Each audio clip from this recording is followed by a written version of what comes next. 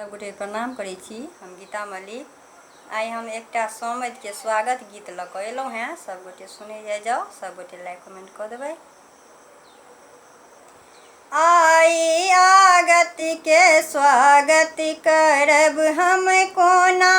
आई आगत के स्वागत करब हम कोना, पूज्य पाहुन कतऽ छथि कहब हम कोना, पूज्य पाहुन कतऽ छथि कहब हम कोना, ठाढ़े आसन कहाँ दी घरो द्वारि ने, ठाढ़े आसन कहाँ दी घरो द्वारि ने, नष्ट भऽ गेल सबटा भूकंप बारी में, नष्ट भऽ गेल सबटा भूकंप बारी में, आई आगत के स्वागत करब हम कोना, पूज्य पाहुन कतऽ छथि कहब हम कोना, पूज्य पाहुन कतऽ छथि कहब हम कोना, मान समधि के राखब कहू हम कोना, मान समधि के राखब कहू हम कोना, एक आसन बचल अछि हृदय के कोना, एक आसन बचल अछि हृदय के कोना, आई आगत के स्वागत करब हम कोना, पूज्य पाहुन कतऽ छथि कहब हम कोना,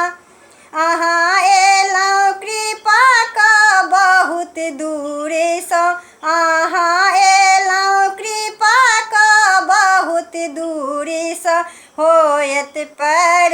पीरायल समकपुरसँ, होयत पर पीरायल समकपुरसँ, आई आगत के स्वागत करब हम कोना, पूज्य पाहुन कतऽ छथि कहब हम कोना, पूज्य पाहुन कतऽ छथि कहब हम कोना, अछि लोटा ने झाड़ी जल आनू कोना, अछि लोटा ने झाड़ी जल आनू कोना, नोर नेहक बहल प्रीति आँखिक कोना, नोर नेहक बहल प्रीति आँखिक कोना, ई अर्चना हमर जे क्षमा दान दी, ई अर्चना हमर जे क्षमा दान दी, बैसी मरबा में कहुना धिया दान ली, बैसी मरबा में कहुना धिया दान ली, आई आगत के स्वागत करब हम कोना, पूज्य पाहुन कतऽ छथि कहब हम कोना, पूज्य पाहुन कतऽ छथि कहब हम कोना, देव आशीष अहाँ सब हृदय खोलि के, देव आशीष अहाँ सब हृदय खोलि के, दिया मांग सिंदूर बड़े मोल के, दिया मांग सिंदूर बड़े मोल के, मांग मंदित रहत नीक सोना जकाँ, मांग मंदित रहत नीक सोना जकाँ, सूझि जन